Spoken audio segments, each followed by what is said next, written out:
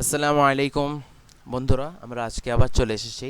আজকে আমাদের পর্ব হলো ৯ নম্বর পর্ব, ৯ নম্বর পাঠ। কসাসুন নবীন কিতাবের ৯ নম্বর পৃষ্ঠা পাঠ আমরা পড়ব। দাওয়াতু ইব্রাহিম, শিরোনামটি হলো কি? দাওয়াতু ইব্রাহিম। দাওয়াত মানে হলো আহ্বান, ইব্রাহিম তো নবীর নাম, তার মানে ইব্রাহিম আলাইহিস সালামের দাওয়াত বা আহ্বান বা ডাক, তার মানে ইব্রাহিম আলাইহিস সালামের আহ্বান। তো এই শিরোনামের মধ্যে যা আছে সেই বিষয়টি এখন এখানে বর্ণনা করে বলা হবে। তো চলো আমরা শুরু করি। ওয়া মানে এবং, দা ডাকলেন, কে ডাকলেন? ইব্রাহিম, ইব্রাহিম ডাকলেন কাকে? কওমাহু, কওম জাতি, হু তার, তার মানে ইব্রাহিম আলাইহিস সালাম তার জাতিকে ডাকলেন।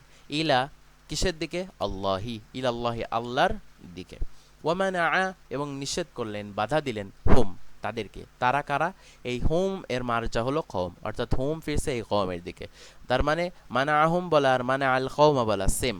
তার মানে মানা আহুম জাতিকে নিষেধ করলেন কিসের থেকে? মিন, মিন কিসের থেকে? ইবাদাত আল আসনাম, আসনাম মানে মূর্তি, ইবাদত মানে কি?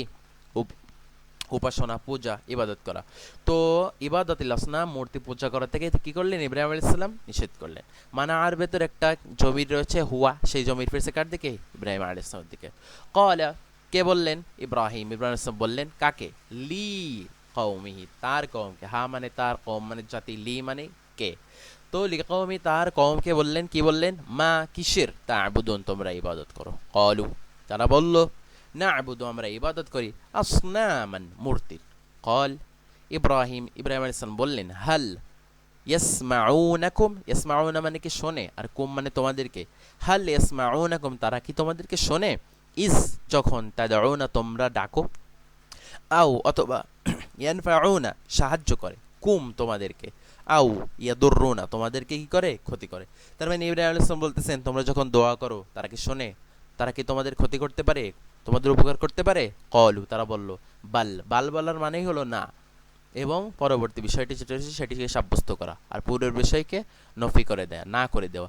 তার মানে বাল মানে হলো লা বাল, না তারা এগুলো করতে পারে না। বাল ওয়াজাদ না আমরা পেয়েছি, আবা আনা, আবা মানে হলো পূর্বপুরুষ, আনা না মানে আমাদের, আমাদের পূর্বপুরুষকে পেয়েছি, কাজালিক এমন, ইয়াফআলুন করতে।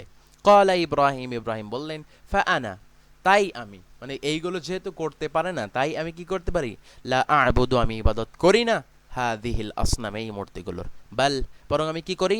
আনা আমি হলাম, আদুউন শত্রু, লিহাদিহিল আসনাম আসনাম এই মূর্তিগুলোর। আনা নিশ্চয়, আবুদু ইবাদত করি, রব্বাল আলামিন, আলামিন মানে জগৎসমূহ, রব মানে প্রতিপালক, জগৎসমূহের প্রতিপালকের ইবাদত করি। আল্লাযী যিনি, খলাকা সৃষ্টি করেছেন, নি আমাকে, ফাহুয়া আর তিনি, ইয়াহদি হেদায়েত দেন নি আমাকে, ওয়াল্লাযী আর যিনি, ইউমিতুনি আমাকে মৃত্যু দান করেন, সুম্মা তারপর, ইউহয়ি জীবিত করেন, নি কাকে? আমাকে। ও আন্না আর নিশ্চয়, আল্লাহ আসনামা মূর্তিগুলো, লা তাখলুকু সৃষ্টি করতে পারে না, ওয়ালা তাহদি এবং হেদায়েত দিতে পারে না, ওয়া ইন্নাহা আর সেটা কাউকে, লা তুতাইমু খাওয়াতে পারে না, আহাদান কাউকে, ওয়ালা তাসকি আর কি করতে পারে না? সাকায়াহু করতে পারে না, অর্থাৎ পানি পানও করতে পারে না। ওয়াইসার যখন মারিদ অসুস্থ হয়ে যায়, আহাদুন কেউ, ফাহিয়া সেটা, লা তাশফি শিফা দিতে পারে না, ওয়াইন্নাহা নিশ্চয় সেটা, লা তুমি তো আহাদান মৃত্যু দান করতে পারে না কাউকে, ওয়ালা তুহয়ি জীবিত করতে পারে না। তো বন্ধু এটি ছিল আজকের পড়া।